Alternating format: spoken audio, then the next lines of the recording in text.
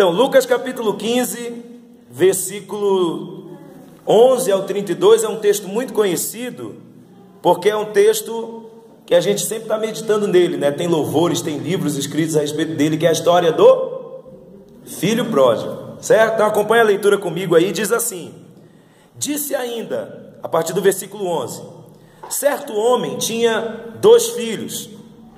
O mais moço deles disse ao pai: pai, dá-me a parte que me cabe dos bens, e lhes repartiu o seu sustento.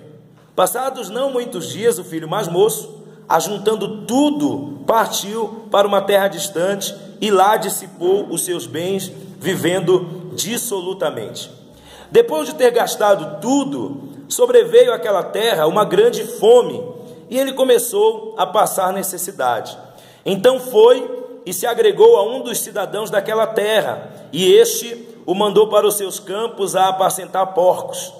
Desejava ele fartar-se das alfarrobas que os porcos comiam, mas ninguém lhe dava nada. Então, caindo em si, disse: quantos empregados do meu pai têm pão com fartura, e eu aqui pereço de fome?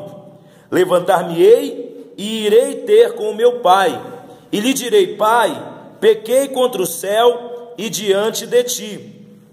Já não sou digno de ser chamado seu filho, trata-me como um dos teus empregados. E levantando-se foi para o seu pai. Estando ele ainda de longe, o seu pai o avistou e moveu-se de compaixão. E correndo, lançou-se-lhe ao pescoço e o beijou afetuosamente. E o filho lhe disse: pai, pequei contra o céu e diante de ti. Já não sou digno de ser chamado teu filho. O pai, porém, disse aos seus servos: trazei depressa a melhor roupa e vestiu com ela, e ponde-lhe um anel no dedo e sandálias nos pés. Trazei também o novilho cevado, matai-o, comamos e regozijemo-nos. Porque este meu filho estava morto e reviveu, estava perdido e foi achado. E comeram e começaram a regozijar-se. Ora, o seu filho mais velho estava no campo, e quando veio e se aproximou da casa, ouviu música e danças. Chamando a si um dos criados, indagou o que era aquilo. Este lhe disse: veio teu irmão, e o teu pai matou o novilho cevado, porque o recuperou com saúde. Mas ele se irou e não queria entrar. E saindo seu pai, insistia com ele. Ele, porém, respondeu ao seu pai: eis que tantos anos eu te sirvo como escravo, e jamais transgredi um mandamento teu, e nunca me deste um cabrito para regozijar-me com os meus amigos. Vindo, porém, esse teu filho, que devorou o teu sustento com meretrizes, tu mataste para ele o novilho cevado. Disse-lhe o pai: filho, tu sempre estás comigo, e tudo o que é meu é teu. Mas era preciso que nos regozijássemos e nos alegrássemos, porque esse teu irmão estava morto e reviveu, estava perdido e foi achado.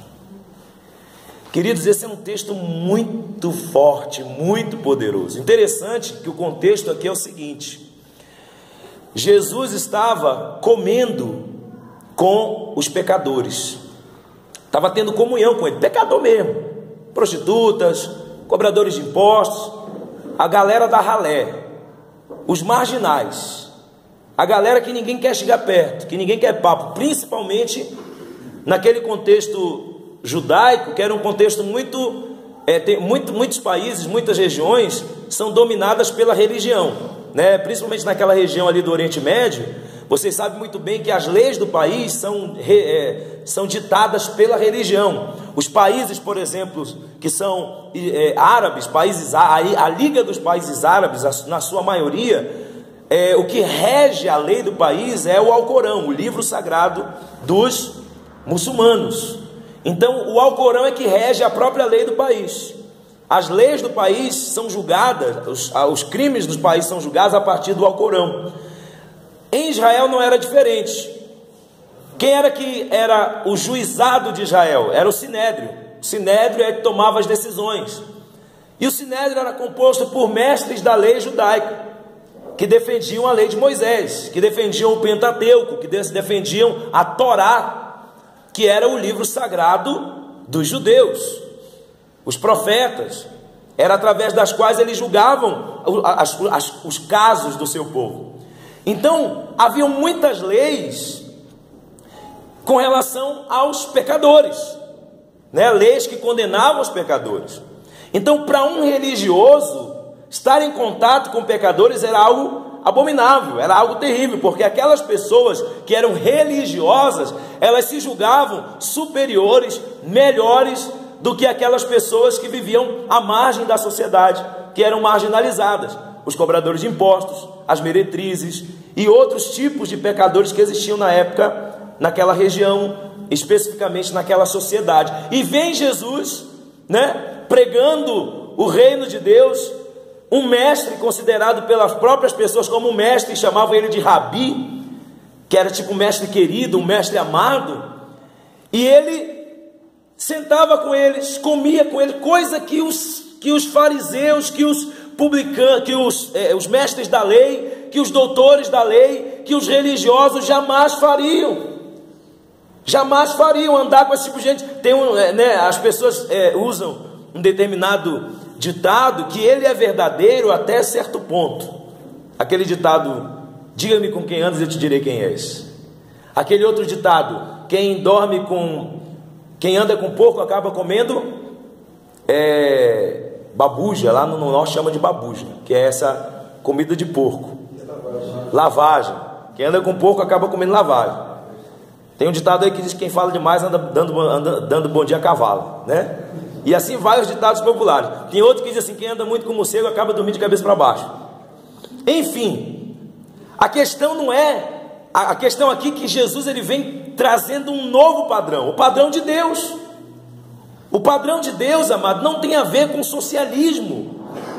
O padrão de Deus não tem a ver com humanismo. O padrão de Deus não tem a ver com partidarismo. O padrão de Deus não tem nem a ver com religião. Porque se religião fosse o problema da humanidade, ela já teria resolvido há muito tempo, porque desde que o mundo é mundo existe religião. Quando Jesus veio ao mundo já existiam centenas de religiões. Então não é religião. O padrão de Deus não é um código moral religioso. O padrão de Deus não é uma escala social de valores. O padrão de Deus é a essência de Deus. O padrão de Deus é o caráter de Deus. O padrão de Deus é aquilo que Ele é. E a Bíblia diz que Ele é o quê? Deus é o quê? Amor. Qual é a essência de Deus? É o amor. E o amor, segundo o próprio apóstolo Paulo, aliás, segundo o Espírito Santo, através do apóstolo Paulo, ele diz que o amor tudo crê, tudo suporta, tudo espera, não se ufana, não se soberbece, não se irrita, não se alegra com a injustiça, mas se regozija com a verdade. O amor é uma coisa assim, incomparável, incondicional, né? É algo que vai além da razão, além das perspectivas, além das justificativas, é inexplicável, é insondável, é insofismável, não tem como descrever o amor de Deus, não tem como medir o amor de Deus, nem a largura, nem a altura, nem o comprimento, nem a profundidade, é algo que só experimentando, só vivenciando. E o interessante é que os pecadores viam isso em Jesus. Eles não apenas ouviam os discursos sobre o amor. Porque falar de amor, amado, todo mundo tem poetas e músicos e filósofos. E se você for procurar aí na galeria de livros e desse compêndio todo da humanidade até hoje, tem milhares de livros e de artigos sobre o amor. Do grego, os filósofos gregos sobre a ideia grega de amor, a ideia ocidental, a ideia oriental de amor, e todo mundo acha que sabe o que é o amor. O amor até se tornou inclusive uma expressão banal. A pessoa já usa essa expressão, por exemplo, na língua portuguesa, para as coisas até mesmo, né? Ah, eu amo futebol. Ah, eu amo esse time. Ah, eu amo essa comida. Ah, eu amo essa estação. Ah, eu amo o frio. Ah, eu amo o calor. Ah, quer dizer, a palavra amor se tornou até um negócio assim, normal, natural, banal. Mas na boca de Jesus, essa palavra tinha uma outra conotação. Na boca de Jesus, o amor, ele tinha fundamento. E por que ele tinha fundamento? É porque Jesus sabia se expressar bem? É porque Jesus tinha uma ideia boa sobre o amor? É porque Jesus ensinava bem sobre... Nossa, como ele ensina bem sobre o amor? Não, amado. É porque ele era o próprio amor. Ele exalava o amor. O amor dele não era uma coisa assim, não era um código moral. O amor de Jesus não era uma coisa para ele mostrar para a galera, né? Ah, venham ver quanto eu os amo, deixa eu mostrar para vocês aqui. Não, era natural, era da natureza de Jesus amar, porque Deus é amor, e Jesus era Deus, o Emanuel, o Deus encarnado. Então ele amava o tempo todo, e não amava assim, tipo, eu tenho que amar, que é para eles, né, para eu provar para eles. Meu amado, Jesus não precisava provar nada para ninguém, ele simplesmente amava, ele simplesmente servia, ele quebrou todo o protocolo religioso da sua época. Ele trabalhou no sábado, né? Ele fez o bem no sábado, provando para o homem que não é o homem que é escravo do sábado. O sábado foi criado para servir o homem, não o homem ao sábado. Ele quebrou os protocolos de tocar nos leprosos. O que se tinha que fazer quando encontrava um leproso? Sair gritando: imundo, imundo. Aí ele pega e toca no leproso. Senhor, se tu quiseres, tu pode me tornar limpo. Aí ele, então seja limpo. Ele não podia ter dito assim: seja limpo. Para lá, seja limpo, mas sai de perto de mim, que essa tua imundice. Não, ele toca nele. Ele quebrou o protocolo. Em certos termos, ele quebrou até a lei. Porque a lei era quem dizia que um leproso não podia se movimentar no meio do povo que era imundo, que alguém que tocasse o leproso se tornava imundo, não podia entrar no templo, não podia oferecer sacrifício, não podia nem ofertar. Aí Jesus vai, que negócio de toca no... Vocês não entenderam nada do que eu ensinei para vocês? Sentava com o pessoal, com a galera lá. E por que os pecadores amavam Jesus, amado? Porque eles viam o amor de Jesus exalando dele, não apenas nas suas palavras, mas nas suas atitudes. Aí vem um bando de religioso, que eu vou dizer uma coisa para você, amado. Eu falei isso ontem aqui, no Casados para Sempre, e vou repetir agora aqui. Não tem momento em que nós nos tornamos mais perigosos